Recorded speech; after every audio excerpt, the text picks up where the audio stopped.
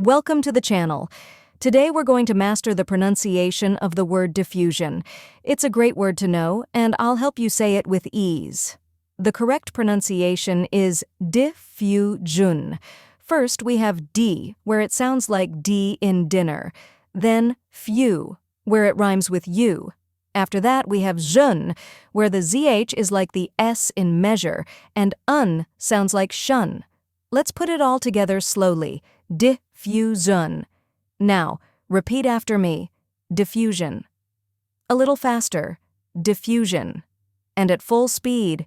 Diffusion. Keep practicing, and you'll have it down in no time.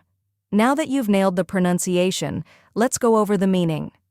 Diffusion refers to the process of something spreading or being spread widely.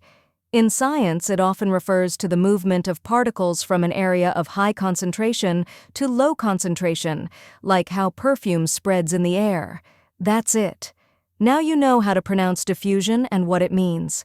If you found this helpful, give this video a like, share it with others, and comment below with any tricky words you'd like me to cover next.